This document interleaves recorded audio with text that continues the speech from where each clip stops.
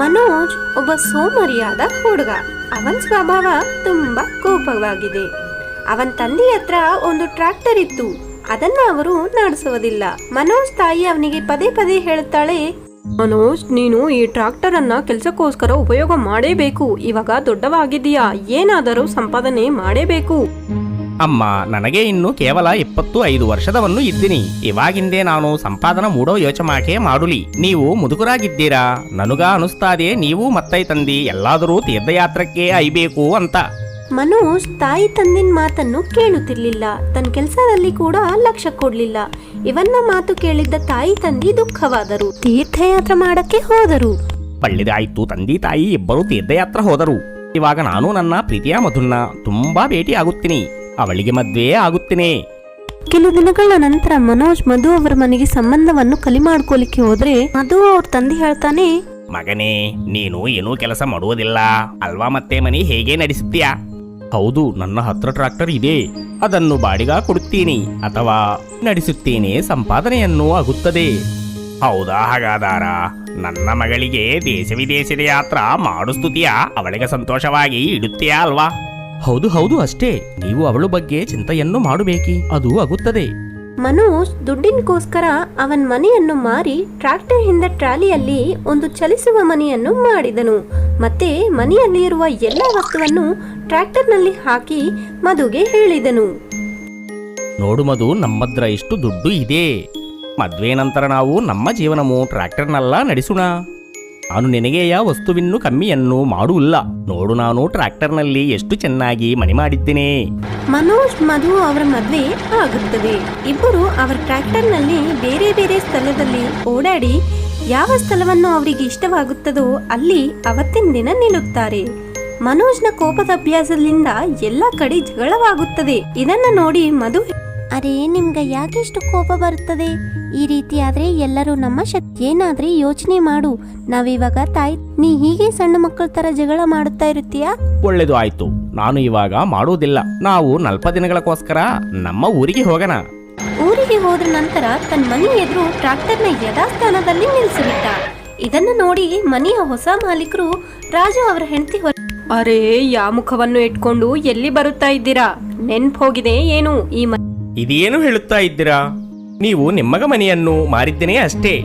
ಹೊರಗಡೆ ಸ್ಥಳ ಅಲ್ಲ, ನನ್ನ ಟ್ರ್ಯಾಕ್ಟರ್ ಇಲ್ಲೇ ನಿಲ್ಲಿಸುತ್ತೇನೆ.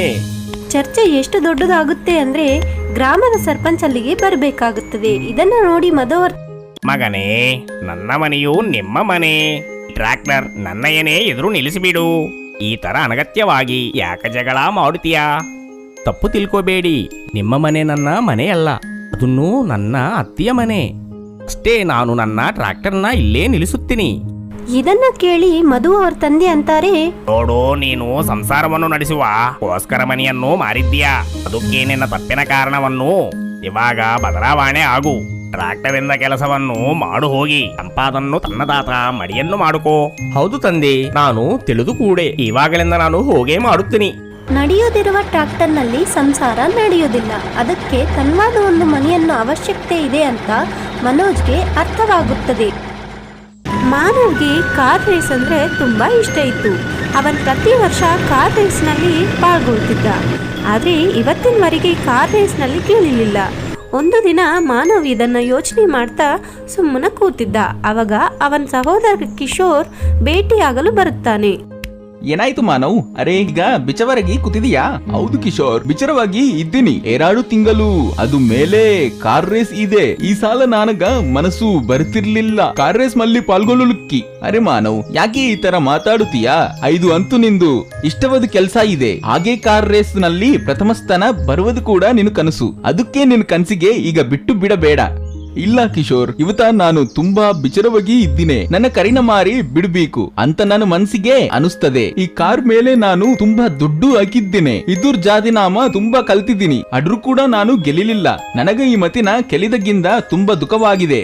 ಅರೆ ಮಾನವ್, ಯಾಕೆ ಈ ತರ ಯೋಚನೆ ಮಾಡುತ್ತೀಯಾ? ನೋಡು, ಈ ಕಾರು ಎಷ್ಟು ಚೆನ್ನಾಗಿದೆ. ನೀನು ಇದರ ಮೇಲೆ ಎಷ್ಟು ದುಡ್ಡು ಹರಿದೀಯಾ. ಹಾಗೆ ಈ ಕಾರಿನ ಬಗ್ಗೆ ನಿನಗ ಎಲ್ಲ ಗೊತ್ತು ಕೂಡ ಇದೆ. ನನ್ನ ಮಾತು ಕೇಳು, ಇದರ ನಾ ಮಾರುಬೇಡ. ಏನಾದರೂ ಬದಲಾವಣೆ ಮಾಡು. ಏನು ಬದಲಾವಣೆ ಮಾಡುಲಿ? ಎಲ್ಲ ಕೂಡ ಬದಲಾವಣೆ ಆಗಿದೆ.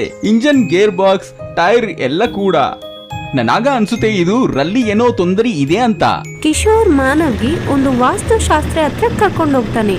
ಎಲ್ಲ ಮಾತು ಕೇಳಿ ಶಾಸ್ತ್ರಿ ಅವರು ಹೇಳ್ತಾರೆ, ನೋಡು ಕನ್ನ ಮಾನವ್, ನೀನು ಮತ್ತು ಕಲಿಯುವುದು ಮೇಲೆ ಈಗ ಅನ್ಸುತ್ತೆ.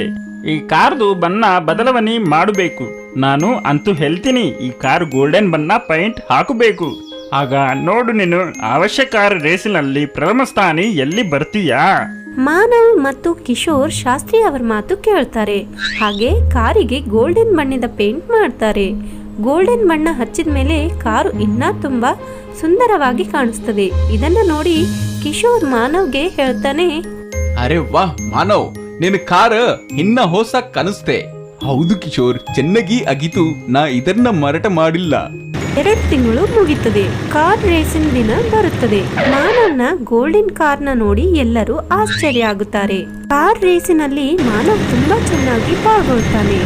ಹಾಗೆ ಇಲ್ಲಿ ನೋಡಿ, ನೋಡ್ತಾ ನೋಡ್ತಾ ಎಲ್ಲ ಕಾರುಗಳಿಂದ ಮಾನವ್ ಮುಂದೆ ಬರುತ್ತಾನೆ. ಹಾಗೆ ಅವನು ಕಾರ್ ರೇಸು ರೆಕಾರ್ಡ್ ಸಮಯದಲ್ಲಿ ಗೆಲ್ಲುತ್ತಾನೆ. ಅರೆ ವಾ ಕಿಶೋರ್, ಧನ್ಯವಾದಗಳು. ಇವತ್ತ ನೀನು ನಾನ್ನ ಬಾಚಿಸಿದಿ. ಇವತ್ತ ನಾನು ರಿಕಾರ್ಡ್ ಬ್ರೇಕ್ ಮದಿನಿ. ನಾ ಗೆದಿತೋನಿ ಇಲ್ಲೋ ಅಂತ ನೇನುಗ ಅನ್ಸುತ್ತು. ಅಗ್ಲಿನ ರಿಕಾರ್ಡ್ ಬ್ರೇಕ್ ಮಾಡಿದೆ. ಹೌದು ಮಾನವ್, ನೀನು ಸರಿಯಾಗಿ ಹೇಳುತ್ತಾ ಇದ್ದೀಯಾ. 5 ಏಳ ನೀನು ಕಷ್ಟ ಮತ್ತು ಈ ಗೋಲ್ಡನ್ ಕಾರ್ ಲಿಂತನೆ ಆಗಿದೆ. ನೋಡಿದೀಯಾ ಕಾರ್ಗೆ ಗೋಲ್ಡನ್ ಬಾಣ್ಣ ಅಕ್ಕಿದ್ದು ಅದಕ್ಕ ಎಷ್ಟು ಚಮತ್ಕಾರ ಆಗಿದೋ. ಈ ಕಾರ್ ಅಂತೂ ನಿಜವಾಗಲೂ ಗೋಲ್ಡನ್ ಕಾರ್ ಇದೆ.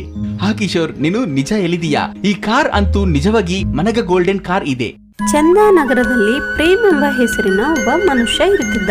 ಅವನ ಹತ್ರ ಒಂದು ಟ್ರ್ಯಾಕ್ಟರ್ ಇತ್ತು. ಪ್ರೇಮ್ ಹೃದಯದಿಂದ ಹಾಗೆ ವ್ಯವಹಾರದಿಂದ ತುಂಬಾ ಚೆನ್ನಾಗಿ ಮನುಷ್ಯ ಇದ್ದ. ಅವನು ಯಾವಾಗಲೂ ಕೈದು ಮತ್ತು ಕಾಣಿನ ಆಚರಣೆ ಮಾಡ್ತಿದ್ದ. ಹಾಗೆ ಪ್ರಾಮಾಣಿಕತೆಯಿಂದ ಕೆಲಸ ಮಾಡ್ತಿದ್ದ. ಅವನ್ ವ್ಯವಹಾರ ನೋಡಿ ಎಲ್ಲರೂ ಸಂತೋಷವಾಗಿ ಇರ್ತಿದ್ದರು. ಒಂದು ದಿನ ಒಂದು ಫ್ಯಾಕ್ಟರಿ ಮಾಲೀಕ ಅವನಿಗೆ ಹೇಳ್ತಾನೆ, ನೋಡು ಪ್ರೇಮ್, ನಿನ್ನ ಕೆಲಸದಿಂದ ನಾನು ಸಂತೋಷವಾಗಿ ನಮ್ಮ ಫ್ಯಾಕ್ಟರಿಯಿಂದ ಸಾಮಾನು ತಾರಲು ಮತ್ತು ತೆಗೆದುಕೊಂಡು ಹೋಗಲು ಕೆಲಸ ಕೊಡುತ್ತಿದ್ದೀನಿ. ಧನ್ಯವಾದಗಳು ಸಾರ್. ನಾನು ಟ್ರಾಕ್ಟರ್ ಕೆಲಸ ಪ್ರಾಮಾಣಿಕತೆಯಿಂದ ಸುರಕ್ಷಿತೆಯಿಂದ ನಿನ್ನ ಸಾಮಾನು ಮೊಯ್ಯುತ್ತೀನಿ. ಪ್ರೇಮ್ ತನ್ನ ಸಹಾಯಕ್ಕೋಸ್ಕರ ವಸುಂಧರ ಎಂಬ ಹುಡುಗಗ ತನ್ನ ಜೊತೆ ಇಟ್ಕೊಂಡಿದ್ದನು. ವಸುಂಧರ್ ತುಂಬಾ ಜಾಣ ಹಾಗೆ ರಾಕ್ಷಸ ತರ ಹುಡುಗ ಇದ್ದ. ಒಂದು ದಿನ ಪ್ರೇಮ್ ವಸುಂಧರಿಗೆ ಹೇಳಿದ, ನಾನು 3-4 ದಿನಕ್ಕೋಸ್ಕರ ನಗರದಿಂದ ಹೊರಗಡೆ ಹೋಗುತ್ತಾ ಇದ್ದೀನಿ. ನೀನು ಟ್ರಾಕ್ಟರ್ ದಿಂದ ಲಕ್ಷ್ಯ ಕೊಡಬೇಕು, ಆರಾಮಾಗಿ ನಡೆಸಬೇಕು ಮತ್ತು ಏಲ ಸಾಮಾನು ಕೂಡ ಚೆನ್ನಾಗಿ ತರಬೇಕು. ಹಾಗೆ ತೊಗೆದು ಕೊಂಡು ಹೋಗಬೇಕು. ಹಾ ಸಾಹೇಬ್ರೇ, ನೀವು ಚಿಂತೆ ಮಾಡಬೇಡಿ, ನಾನು ಎಲ್ಲ ಕೆಲಸ ಚೆನ್ನಾಗಿ ಮಾಡುತ್ತೀನಿ. ಪ್ರೇಮ್ ಹೋಗ್ತಾನೆ. ಅವನು ಹೋದ್ಮೇಲೆ ಮಹೇಂದರ್ ಚಾಣೆ ಹಾಗೆ ರಾಕ್ಷಸ ತರ ನಾಟಕ ಶುರು ಮಾಡ್ತಾನೆ. ಹೀಗಂದ್ರೆ ಟ್ರ್ಯಾಕ್ಟರ್ ನಲ್ಲಿ ಕಡಿಮೆ ಸಾಮಾನು ಹಾಕೊಂಡು ವೇಗದಿಂದ ನಡೆಸೋದು.